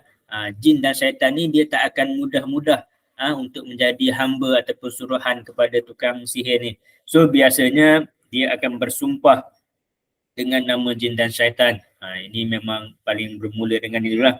Dan juga biasanya juga dia akan menerusi penyembelihan binatang ke yang tidak dibacakan dengan ayat-ayat Al-Quran, tidak dibacakan dengan doa-doa Allah. Kalau kita selalu tengok movie tentang sihir ataupun movie cerita seram, mereka akan melakukan penyembelihan, dia orang akan bunuh orang, sembelih orang dan sebagainya tu kononnya untuk dijamu, untuk disembahkan kepada jin dan syaitan tu. Ada Tok Bomoh, ada yang tukang sihir ni, mereka ini menghina ayat Al-Quran tu. Bagaimana dia orang nak menghina ayat Al-Quran tu, mereka sanggup menulis ayat Al-Quran dengan menggunakan najis. Ada yang menulis ayat Al-Quran dengan menggunakan darah haid. Okey. So ada juga yang menulis ayat Al-Quran secara terbalik. Matlamatnya hanya satu. Mereka nak menjatuhkan martabat Al-Quran. Mereka nak menghina ayat Al-Quran tu. Ada juga tukang-tukang sihir yang memuja bintang. Sebab itulah kalaulah memang para ulama bersependapat itu atau tafsir bintang-bintang Capricorn lah, Aries lah, apa semua tu, itu merupakan salah satu tilikan-tilikan. Haram untuk kita mempercayai dia. Okay. Ada juga tukang-tukang sihir ni, dia boleh mendatangkan jin ni. Okay. Menilik tapak tangan ni merupakan cara-cara mereka untuk mengenal pasti konon-kononnya penyakit yang ada pada pesakit tu lah. Mereka akan cuba mendatangkan jin melalui itu. Daripada pakaian pesakit ni, biasanya tukang sihir akan menghantar jin tadi. Pakaian pesakit ni tadi akan menjadi alamat untuk si tukang sihir menghantarkan sihir dia kepada mangsa. Okey?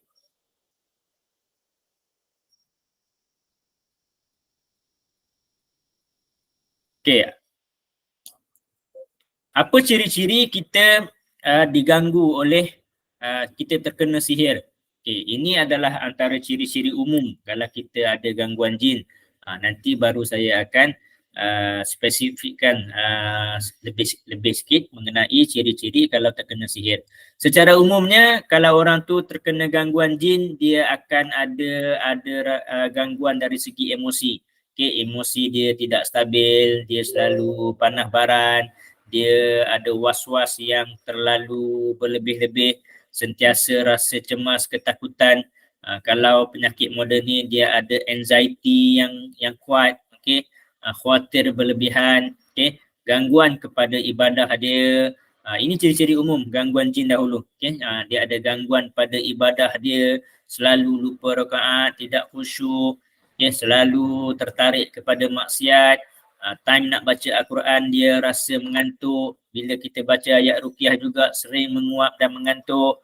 Gangguan pada rumah tangga, selalu bergaduh antara suami dan isteri, tak boleh berkahwin, tak dapat anak, okey, mati pucuk, tak boleh bersama dengan pasangan. Ini antara ciri-ciri gangguan jin juga. Ataupun dia selalu melihat keberadaan jin, okey, merasa keberadaan jin, mendengar bisikan-bisikan, okey.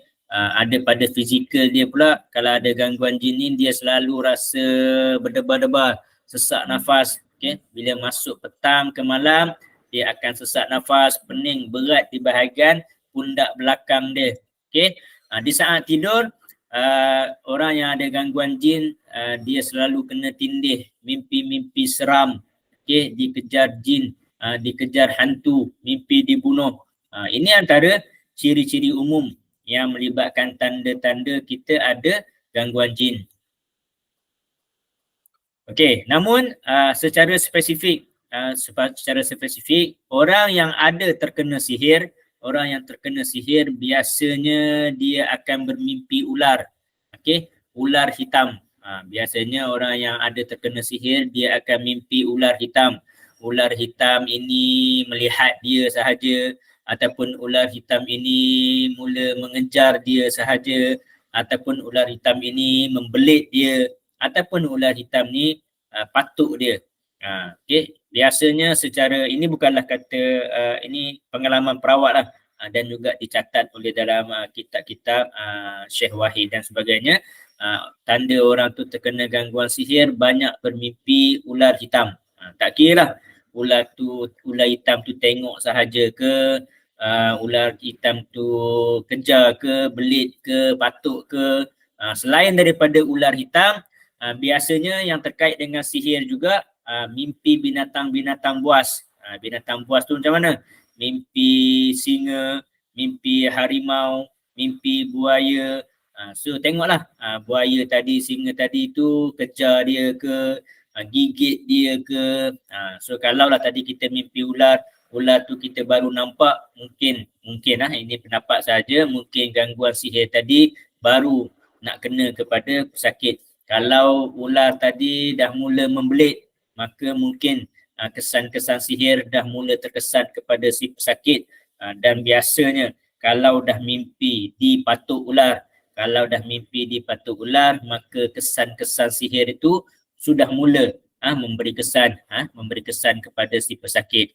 Selain daripada mimpi ular, mimpi binatang buas, antara tanda-tanda lain yang terkait tanda kita kena sihir adalah mimpi binatang-binatang berbisa.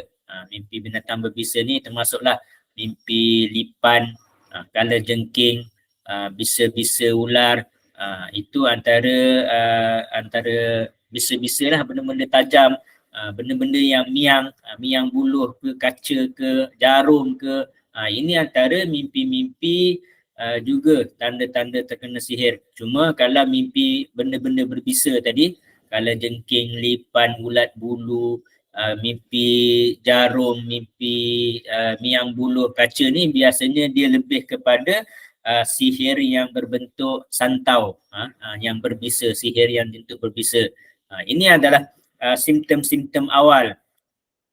Okay, so kita kena tengoklah apa yang tanda yang kita alami tu. Okay. So secara detail untuk melihat,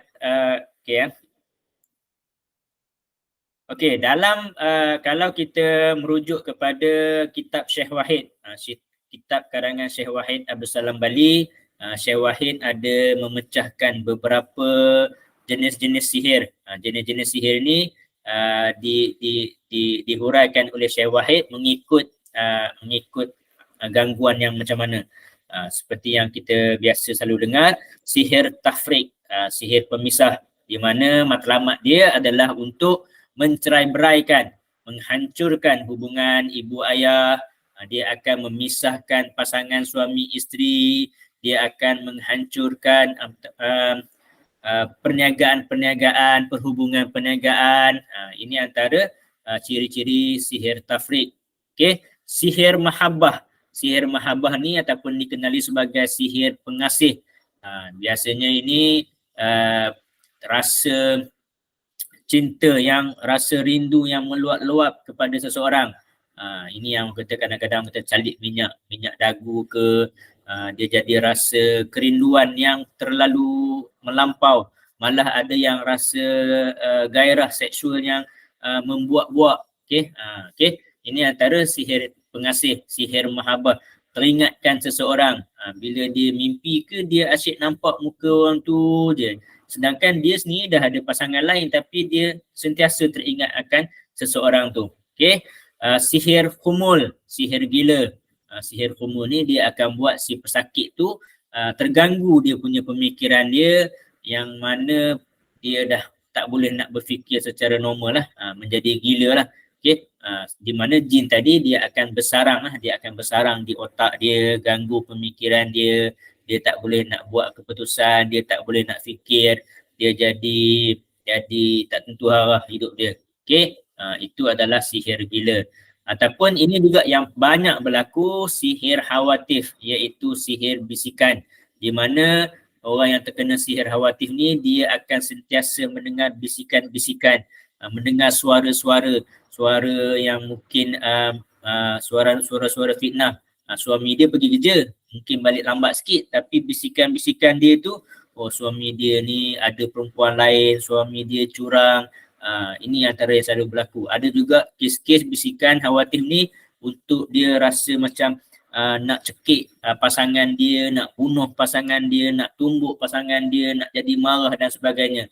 Kebanyakan kes suami isteri yang sering bergaduh, dia akan bermula dengan bisikan-bisikan. Dia rasa macam ada sesuatu pada diri dia yang suruh dia nak lawan suami dia, pasangan dia dan sebagainya. Okay, mendengar suara-suara lah biasanya.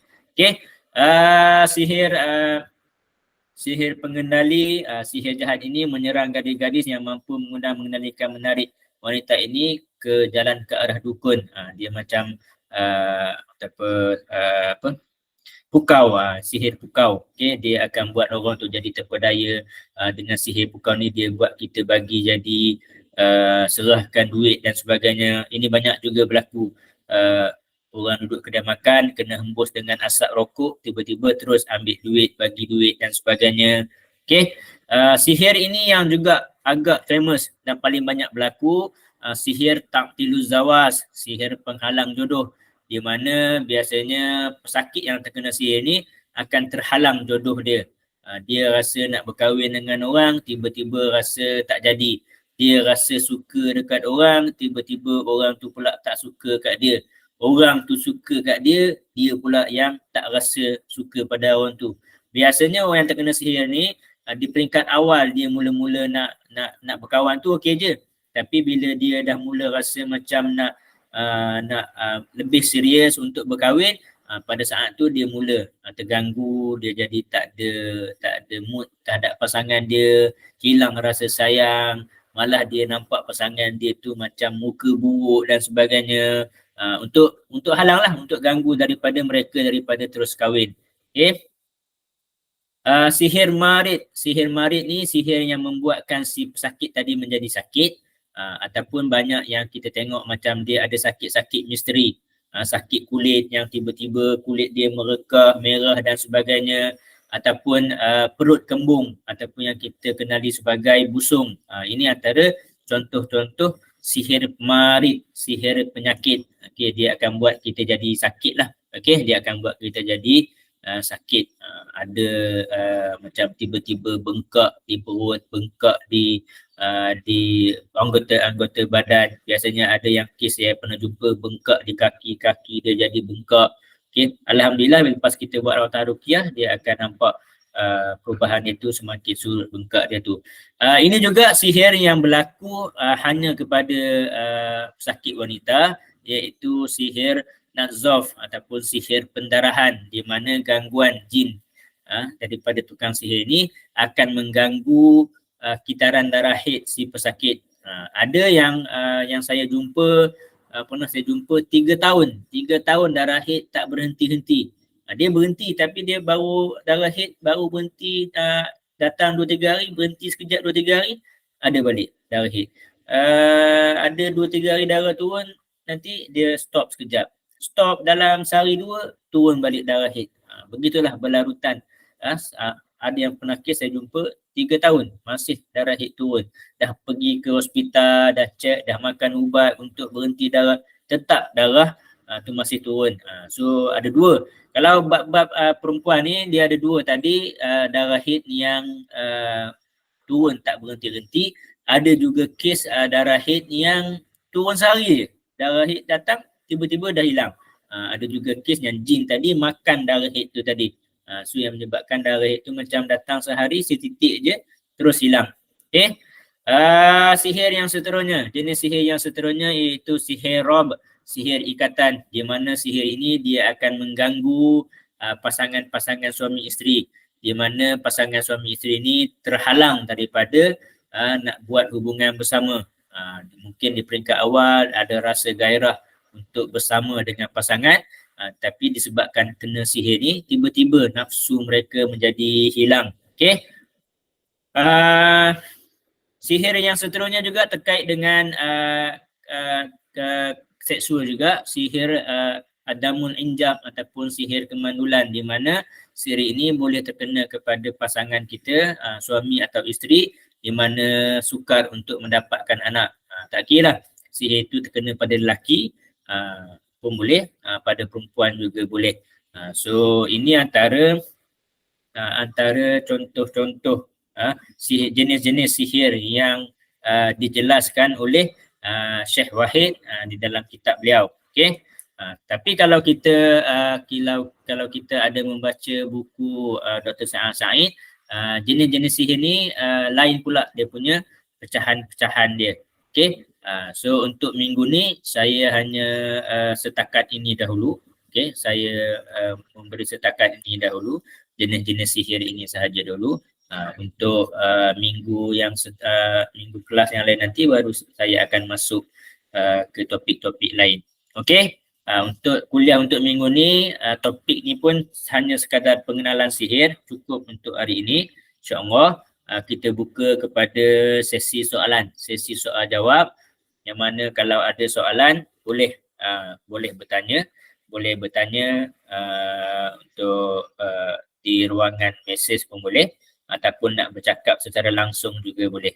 Okey.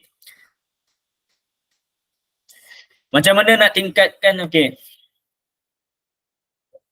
Okey, soalan yang berbunyi, Ustaz, macam mana nak tingkatkan tauhid? Okey, nak tingkatkan tauhid ni tak dapat lari tidak hadir majlis ilmu. Okey, kita kena masuk lagi kelas, masuk lagi, terutama kelas-kelas asas. Kelas asas ni lah yang paling utama. Orang kata kalau pergi belajar khusus ruqyah, modul yang nombor 1 ni lah. Nampak bodoh-bodoh. Okey, pergi khusus dengan saya, modul 1 pun bagi pengenalan alam jin. Nanti pergi dengan khusus Ustaz Salihin pun pengenalan jin sama juga. Tapi modul 1 ni lah biasanya dia akan memberi asas yang kuat pada kita. So macam mana kita nak tingkatkan tauhid kita, tak dapat lari tidak dengan menambah ilmu pengetahuan kita lah. Kena teruskan ke majlis-majlis ilmu. Okey, itu jawapan daripada saya. Ustaz Sinar mungkin nak tambah. Terima kasih Coach. Saya setuju dengan jawapan Coach. Untuk meningkatkan tauhid atau iman kita, tidak boleh lari. Ulama sendiri yang mengatakan perlu ada ilmu. Iman ni perlu berganding dengan ilmu. Kalau kita tidak ada ilmu, itu yang ada yang menyembah matahari, menyembah bulan, menyembah patung, berhala, sebab tidak ada ilmu. Dan ilmu yang kita perlu pelajari, ilmu tu yang datang dari agama Islam, dari Al-Quran dan hadis. Sekiranya kita tidak berapa faham untuk belajar memahami Al-Quran dan hadis ni, ada ayatnya yang mudah, senang kita faham, tapi ada yang agak sukar kita faham, maka kita perlu belajar daripada ulama yang faham. Tapi kena hati-hati mencari ulama, sebab jangan tercari guru ajaran sesat, kita sangka ulama. Jadi iman ini mesti berganding dengan ilmu, dan banyak disebut di dalam Al-Quran dan hadis. Tanpa ilmu, itulah yang kita jadi terbuat syirik, terbuat ritual syirik dan sebagainya, sebab kita tidak ada ilmu. Setelah ada ilmu, baru kita amal. Bila kita amal, kita zikir dan sebagainya, dengan itu ilmu dan amal meningkatlah iman kita. Dan kena faham, iman ini pandai turun naik. Ada masa naik, ada masa turun. Jadi itulah kita kena sentiasa meningkatkan ilmu dan amal. Sentiasa berzikir, selalu mengucap 2 kalimah syahadah setiap hari. Itulah dalam sembahyang kita, tahiyat terakhir tu ada mengucap 2 kalimah syahadah. Memperbarui iman kita setiap hari. Jadi itu saja tambahan daripada saya. Saya serahkan semula kepada Coach. Teruskan Coach. Okey, soalan seterusnya, pandangan Ustaz Sinar dan juga Coach tentang pengendalian pembuangan tuala wanita pakai buang kerana tiada hadis mengatakan darah tersebut menjadi makanan jin. Okey, memang jin secara fitrahnya mereka tidak akan makan darah, melainkan kalau jin yang fasik, yang jahat ataupun yang menjadi suruhan-suruhan si tukang sihir, dan dia juga tak akan, biasanya dia tak makan sewenang-wenangnya darah yang dibuang tu. Biasanya dia hanya akan fokus, dia akan mencari mangsa yang dituju sahaja. Cuma dalam isu tuala wanita ni, banyak yang berlaku sebenarnya adalah kes-kes kerasukan, terutama di asrama, di mana kebanyakan kes pelajar-pelajar perempuan asrama ni mereka tidak menjaga kebersihan. Tuala wanita ni dibuang merata-rata. Kebetulan buang tu mungkin tempat ataupun rumah si jin di sekitar asrama tu. So jin tadi dia marah lah, sebab kebanyakan tuala wanita ni kotor, darah situ kotor, dibuang merata-rata, mencemarkan tempat mereka, mengganggu mereka. Itu yang menyebabkan jin tadi ganggu sakit-sakit, ganggu pelajar-pelajar asrama tu. Ini memang banyak berlaku. Saya banyak kes juga terima kerasukan di asrama. Bila kita tanya-tanya balik dengan warden, sembang-sembang, rupa-rupanya memang ada masalah dari segi kebersihan, hygiene. tuala wanita dibuang rata-rata mungkin dibuang pada tempat-tempat yang mungkin jin tu tinggal. Okey, itu jawapan saya lah. Ustaz Sinar ada nak tambah? Terima kasih Coach. Saya setuju dengan jawapan Coach dan saya ingin menambah berkenaan pembuangan tuala wanita ni dia pernah jadi isu viral di media sosial sebab punca dia daripada orang yang menyampaikan silap cara penyampaian, orang yang membaca yang mengikuti silap pemahaman, jadilah perdebatan. Sebenarnya cerita tentang buang tuala wanita ni sebaiknya dibuang dengan cara teratur, dicuci, dibuang sebab seperti kata Coach Kamarul, banyak pengalaman dan kena ingat dalam ilmu ruqyah syariah ada tauqifi berdasarkan dalil-dalil ayat Quran dan hadis, ada tajribi berdasarkan pengalaman. Yang ini berdasarkan pengalaman remaja-remaja yang diruqyah tidak menjaga kebersihan.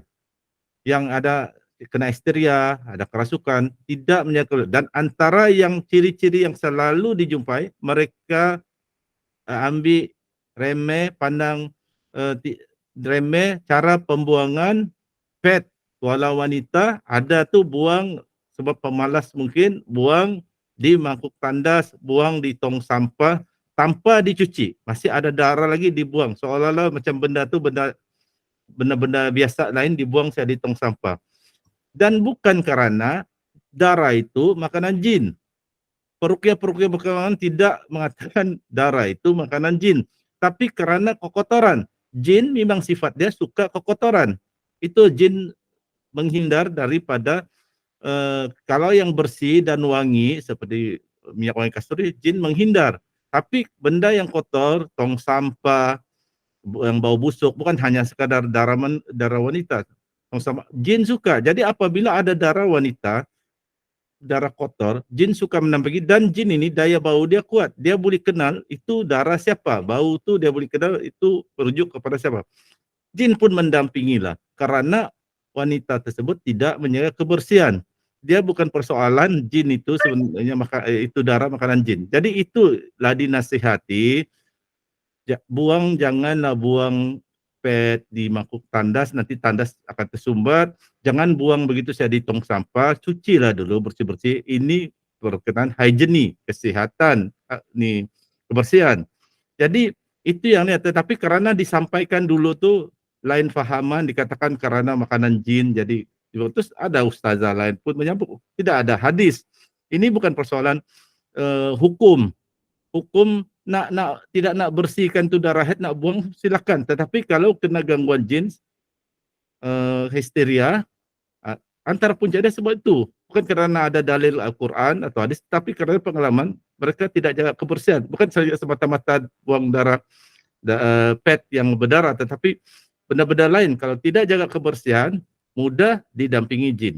Jadi itu tambahan daripada saya serahkan balik kepada coach. Teruskan coach. Okey.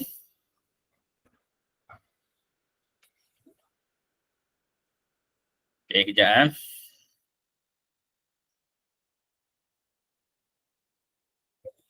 Okey, berapa lama masa yang sesuai untuk kaedah rendam ais untuk pesakit, untuk rendam seluruh badan? Adakah sepanjang proses ruqyah sambil rendam dan ayat ruqyah baca full? Kerana saya terfikir takut jantung penyakit pesakit ada efek.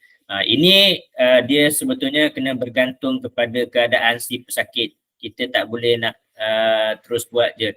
Kalau pesakit tu memang daripada awal ada masalah jantung, tidak sesuai untuk rawatan mandi ais, ya, tidak sesuai, nanti terkejut jantung dia tu boleh efek. Sama juga rawatan sama ada rawatan berendam dalam mandi ais pun kurang sesuai, ataupun rawatan yang kaedah yang pernah saya ajar dulu mandi ais batu juga tak sesuai untuk pesakit jantung. So kita kena sesuaikan keadaan. Kita tak boleh terus apply kepada semua orang. So kalau secara umum, kalau macam kaedah rendam air batu tu cukup 10 minit, 15 minit sepatutnya tak ada masalah bagi orang-orang yang biasa. So bergantunglah. Kalau orang yang memang ada masalah penyakit jantung ataupun penyakit-penyakit lain, kaedah ni tak boleh, bagi saya sedikit keras ataupun bukanlah ekstrim sangat, tapi dia ada efek kepada jantung. Kalau kita sejuk sangat pun kadang-kadang risau, terlalu sejuk boleh tangkap jantung. So sebelum nak buat rawatan kaedah mandi ais batu ataupun berendam ais batu, kena kenal pasti dulu pesakit, ada sakit-sakit dia yang lain dan sebagainya ataupun tak, ada masalah jantung ke, darah tinggi ke, tekanan darah terlampau rendah ke. So kita kena kenal pasti dululah baru boleh. Okey, itu jawapan saya. Ustaz Sinar ada nak tambah? Terima kasih Coach.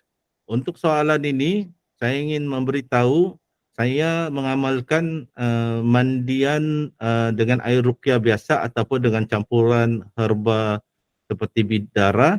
Saya tidak mengamalkan rawatan mandi ais, maka saya tidak boleh buat ulasan atau bagi panduan lebih lanjut sebab memang saya tidak mengamalkan mandi ais.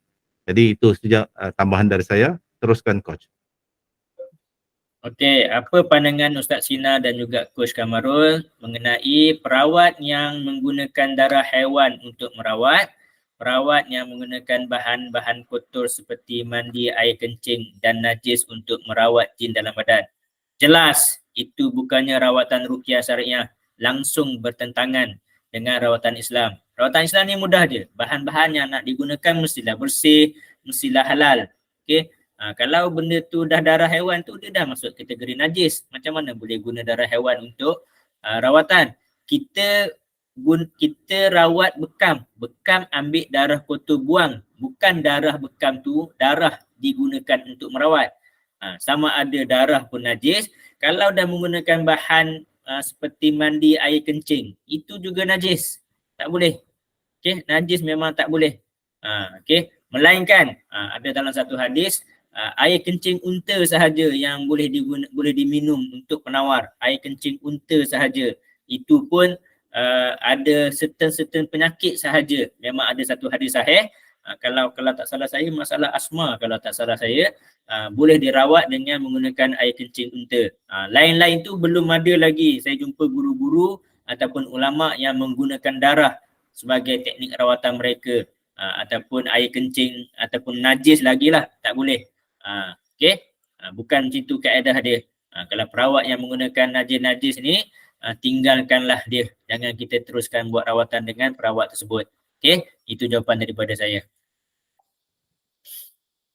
Okey, terima kasih Coach. Untuk saya pula, jawapan saya begini, kita dah faham ajaran agama Islam mementingkan kebersihan.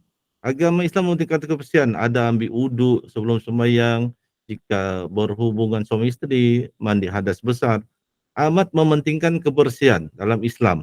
Jelas. Jadi kalau ada rawatan secara kotor, mandi najis, mandi tai kambing, mandi tai manusia dan sebagainya, malah ada yang suruh makan najis lagi. Dah jelas benda tu benda kotor, memang bertentangan dengan ajaran Islam. Bermakna sesiapa perawat tu, walaupun dia pakai baju ala-ala wali, jubah putih, serban tinggi, janggut panjang, pegang tasbih, kalau dia suruh buat benda yang kotor, kemungkinan orang tu mengamal ilmu ajaran sesat. Sebab Islam mementingkan kebersihan. Islam tidak akan merawat menggunakan kekotoran. Kecuali yang jelas hadis Nabi, tapi itu hanya hadis-hadis tertentu saja seperti minum air kencing unta. Tidak ada hadis yang banyak tentang berawat secara menggunakan kekotoran. Jadi yang mengajar secara kekotoran ini ada setan, jin, iblis. Jadi kesimpulan dia, sesiapa walaupun jangan tengok pakaian dia, jangan tengok gaya dia tu gaya kononnya macam ustaz berjubah panjang, serban tinggi, janggut panjang, memegang tasbih, tapi kalau dia buat tindakan bercanggah dengan ajaran Islam, dia merawat dengan cara yang kotor, tinggalkan terus orang tu sebab itu bukan ajaran Islam. Itu bukan rawatan Islam. Itu saja tambahan dari saya. Teruskan Coach. Ada soalan? Ada soalan boleh terus bertanya. Kalau tak ada soalan, saya sekejap.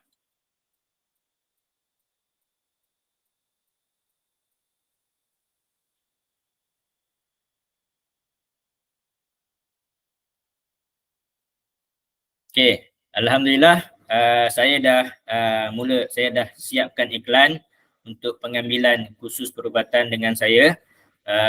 So kursus ini adalah kursus intensif selama 6 bulan. Selama 6 bulan di mana 1 bulan 1 modul. Okey, 1 bulan 1 modul, ada 6 modul seperti yang dalam gambar tu. Modul pertama bab akidah perubatan Islam, modul kedua jin menurut Al-Quran dan Sunnah, modul 3 sihir dan rawatan menurut Al-Quran dan Sunnah, modul 4 manhaj ruqyah Qurani dan amalan pendinding, modul kelima amali rawatan terapi ruqyah Qurani dan juga bekam. Kita akan belajar bekam. Okey, modul ke-6 etika perawat Islam, pemakanan sunnah dan rawatan pinggan putih. So ini adalah modul yang intensif lengkap selama 6 bulan. Bermula di bulan Julai, insya-Allah kelas pertama saya menetapkan date pada 22 Julai 2023. Selama 6 bulan insya-Allah akan tamat pada Disember. So kelas ni memang saya susun 6 bulan. Okay, sebab kita nak belajar topik demi topik. Kemudian kita nak bertalaki ayat-ayat ruqyah. Kemudian dah talaki ayat ruqyah juga, sebagai peserta pelajar khusus kena menghafal ayat-ayat ayat ruqyah tersebut. Bila dah hafal ayat ruqyah, nak kena tasmik, semak bacaan pula dengan saya. Sama ada kita menghafal. Kemudian sepanjang 6 bulan ni juga saya akan ajarkan teknik demi teknik, macam mana nak tepuk. Okey, nak tepuk memanglah secara tulisannya tepuk, tapi nak tepuk di mana? Nak tepuk di bahu, nak tepuk di leher, nak tepuk di pinggang, nak tepuk di pinggul. Kena spesifikkan poin-poin dan tapak-tapak dan titik dia. Nak tepuk pula, kekuatan tepuk tu macam mana? Nak picit tu, kekuatan picit macam mana? Ini yang menyebabkan kelas perubatan ruqyah 6 bulan ni kena datang secara berdepan. Saya tak boleh buat secara online sebab macam mana saya nak tunjuk titik dia dan macam mana nak rasa dia dulu. Sebelum kita nak picit orang, nak tepuk orang, saya kena tepuk tuan-tuan dulu. Tuan-tuan kena rasa dulu tepuk macam mana. Dan juga tuan-tuan kena tepuk saya balik. Okay, saya nak tengok macam mana tuan-tuan tepuk. Ada orang dia tepuk, tepuk nak bagi tidur jin.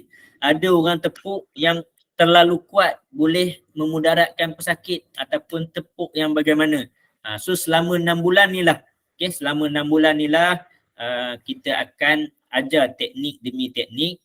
Kita akan kuatkan tauhid dan akidah dahulu supaya kita faham mana satu rawatan Islam yang benar-benar ikut syariat, mana satu rawatan Islam yang bercanggah dengan syariat Islam.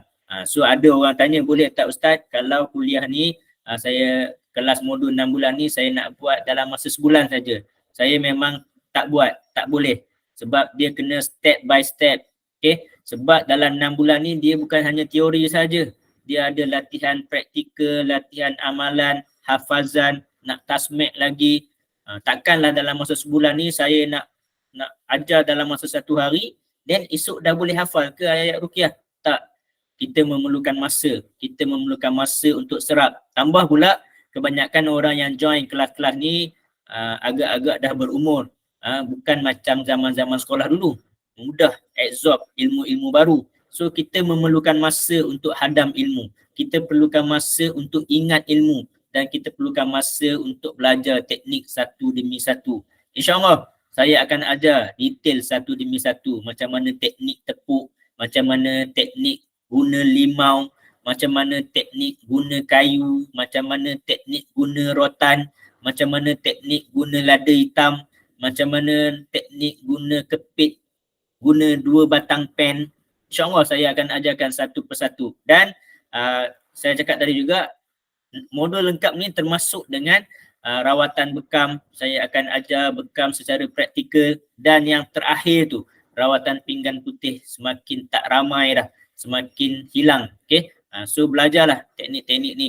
So secara berdepan, secara bertalaki. Okay? So inilah saya nak umumkan sikit lah. So saya akan start iklan untuk pengambilan pelajar-pelajar baru di dalam grup bermula esok lah insyaAllah.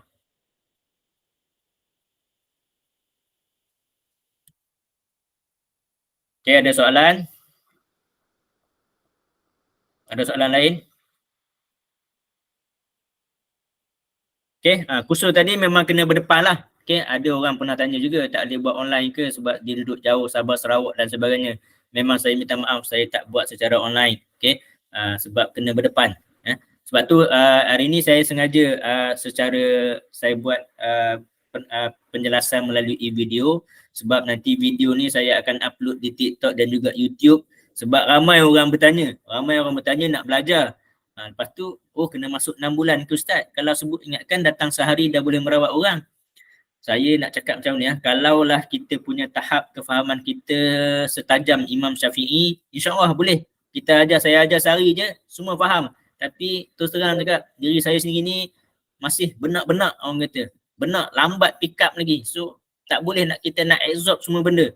Saya mampu nak ajar tuan-tuan dalam masa sehari ke semua teknik-teknik. Tapi adakah tuan-tuan boleh hafal, boleh ingat semua teknik-teknik tersebut dalam masa satu hari? Itu yang menjadi satu persoalan lah, cabaran. Okay, so kita susun selama 6 bulan supaya kita ada masa yang panjang untuk hafal ayat-ayat ruqyah.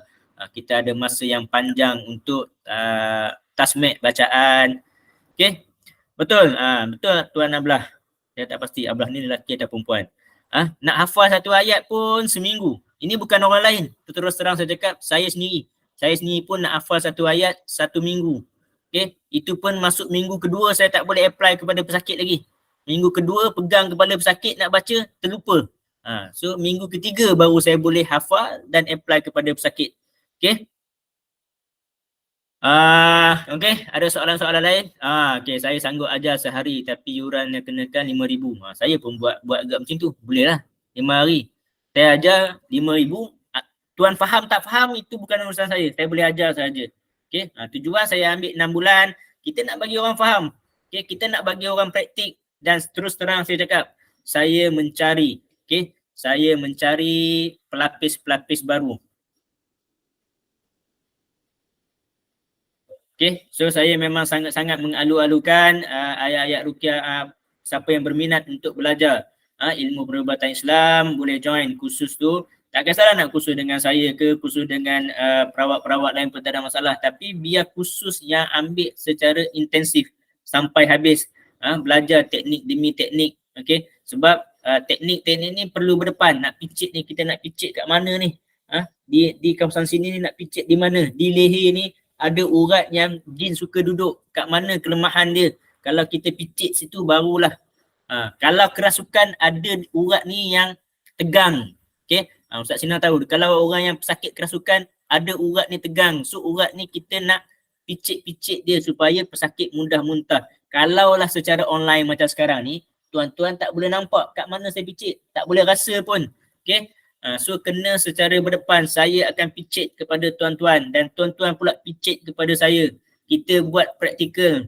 Tuan-tuan rawat pelajar yang lain. Pelajar lain rawat tuan-tuan pula. Sebab itulah kelas-kelas perubatan ni kena praktikal. Sama juga, doktor pun tak boleh nak belajar online. Teori bolehlah belajar online. Nak belajar pasal bedah, nak bedah orang, nak bedah pun orang, macam mana kita nak buat secara online. Okay, so yang mana yang rasa berminat untuk belajar, rasa berminat untuk menjadi perawat, kena masuk kursus. Dan terus terang saya sendiri memang memerlukan pelapis. Saya sendiri pun dah tak sempat masa nak kejar. Pesakit nampak macam semakin ramai.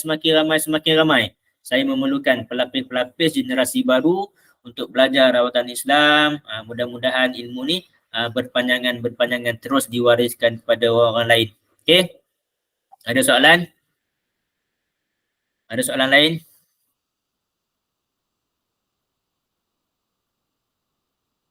Kalau tak ada soalan apa-apa,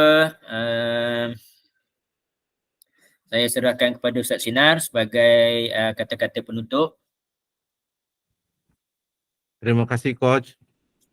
Alhamdulillah kita dapat menyelesaikan kuliah kita pada malam ini dengan beberapa orang peserta dan sebahagian itu adalah peserta yang setia yang selalu hadir. Terima kasih kepada peserta yang setia. Dan apa yang kami sampaikan, ilmu ini untuk kebaikan peserta. Peserta hadir, dapatlah ilmu. Kalau hanya menonton di YouTube ke apa, tidak akan dapat satu interaksi untuk bertanya, dan juga kedua keberkatan ilmu ni dalam Islam. Kalau belajar ilmu ni bagus berdepan, tapi kalau tidak dapat berdepan secara fizikal, sekurang-kurangnya berdepan secara online, kita nampak penceramah itu yang secara live itu, tidak pun yang kalau terbaik tu secara fizikal seperti hadir nanti kursus Coach Kamarul. Tapi kalau kita tengok di video YouTube, itulah banyak orang tengok-tengok video YouTube tentang ajaran agama masih tak faham juga sebab kurang keberkatan ilmu tu. Kalau dapat berkat ilmu, guru mengajar sedikit, kita faham banyak. Kalau tidak ada keberkatan ilmu, guru mengajar banyak pun berjam-jam, tapi masih juga tak faham, salah pemahaman lagi. Jadi kita ucap terima kasih kepada yang hadir, sama ada peserta baru ataupun peserta yang memang saya nampak tu yang setia selalu hadir. Terima kasih banyak-banyak. Hadirlah ke dalam kursus ni. InsyaAllah mana tahu tahun hadapan saya berbincang dengan coach, kami buat kursus berbayar dan bersijil. Mungkin coach boleh kasih sijil yang, tapi mungkin silibusnya berbeza sikit lah dengan yang berdepan secara fizikal. Tapi mungkin kita boleh ada buat satu silibus baru untuk belajar ruqyah online yang berbayar dan bersijil. Mungkin insyaAllah tahun depan kah, insyaAllah. Yang penting ada peminat dia. Tapi kalau kita buka kursus yang mendaftar semua 2-3 orang, susahlah sikit. Kalau boleh daftarlah sebanyak 30 orang kah, 50 orang kah. Jadi itu saja daripada saya. Terima kasih banyak-banyak kepada semua. Mohon maaf sekiranya kami ada terkasar bahasa, tersilap kata. Kami manusia biasa, tidak maksum. Kami mohon maaf, kami bukanlah guru yang sempurna. Kami ada manusia biasa. Jadi maafkan kami jika ada kesilapan. Dengan ini saya serahkan majlis penutup kita ini kepada Coach Kamarul. Silakan Coach. Okey, itu saja juga daripada saya. Yang mana yang baik itu datang daripada Allah Subhanahu Wa Taala, yang mana yang kelemahan itu datang, yang mana yang buruk itu datang daripada kelemahan kami berdua. Sekali lagi saya mengucapkan terima kasih kepada Ustaz Sinar. Seperti itu juga saya mengingatkan kuliah kita adalah percuma, namun sebarang sumbangan-sumbangan hadiah infak adalah sangat diadu-alukan. Seperti yang Ustaz Sinar ada bagi tahu, hadiah daripada tuan-tuan dan puan-puan akan kami gunakan untuk sebagai marketing tool kami lah, untuk beli alat-alat mikrofon, untuk beli alat-alat keperluan untuk kita gunakan untuk kegunaan sebar-sebarkan ilmu dan dakwah ini. Okey, kita tutup majlis dengan tasbih kifarah dan surah Wal-As.